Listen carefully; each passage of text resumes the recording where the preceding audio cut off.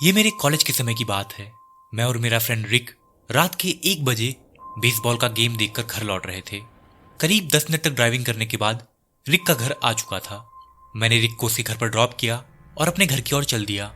रिक के घर से कुछ ही दूर चलने पर मैं एक ट्राई जंक्शन पर आ चुका था। जब मैं यहाँ पहुंचा तो मेरे यहाँ पहुंचते ही अचानक ट्रैफिक लाइट रेड हो चुकी थी।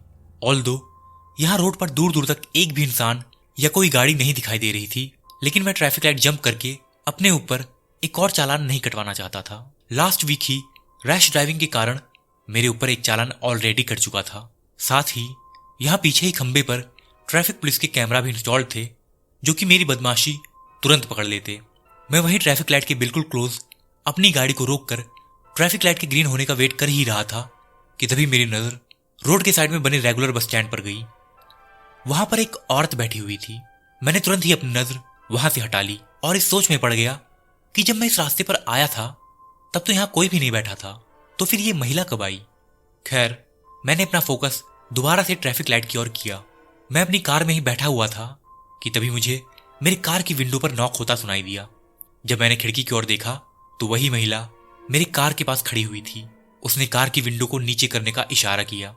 मैंने अपनी खिड़की को हल्का सा ही डाउन किया जिससे कि मैं उसकी बातें सुन पाऊं। वो महिला मेरी कार की विंडो के बिल्कुल करीब आके बोली, मैं पता नहीं कितने समय से बस का वेट कर रही हूं, क्या तुम मुझे घर तक छोड़ सकते हो। मैंने उस महिला को ऊपर से नीचे तक देखा। उसका कद छोटा था और वो काफी दुबली पतली सी थी। उसका चेहरा भी काफी अजीब था और उसके कपड़े वो काफी पुराने थे, जिनमें खून के सूखे हुए धब्बे जैसे स्पॉट पड़े हुए थे। मुझे उसे देखकर उसकी बातों पर बिल्कुल भी विश्वास नहीं हो रहा था। उसके बोलने का तरीका काफी रोबोटिक सा था, ना ही उसकी बातों से उसके इमोशंस मैच कर रहे थे। और उसकी आंखें जैसे पत्थर की बनी हुई थी। ऐसा लग रहा था जैसे उनमें कोई जान ही ना हो। मुझे उसे देखकर पता नहीं क्यों पर घबराहट सी महसूस होने लगी थी। मैंने घबराते हुए बोला कि मुझे अभी जल्द से जल्द घर पहुंचना होगा, वरना मेरे पेरेंट्स मुझ पर गुस्सा करेंगे। ये सुनकर एक बार फिर वो महिला मेरे विंडो के पास आई और दोबारा से वही बात रिपीट करने लगी। उसने बोला, मैं पता नहीं कितने समय से बस का वेट कर रही हूं, क्या तुम मुझे मेरे घर तक छोड़ सकते हो। मैंने इस बार हिम्मत करके कॉन्फिडेंटली उसको मना कर दिया, लेकिन एक बार फिर वो अपनी बात को रिपीट करने लगी। उसने फिर से बोला, मैं पता नहीं कितने समय से बस का वेट कर रही हूं। तभी ट्रैफिक लाइट ग्रीन हुई और मैं ब्रेक से अपना पांव हटाते हुए गाड़ी आगे बढ़ाने लगा।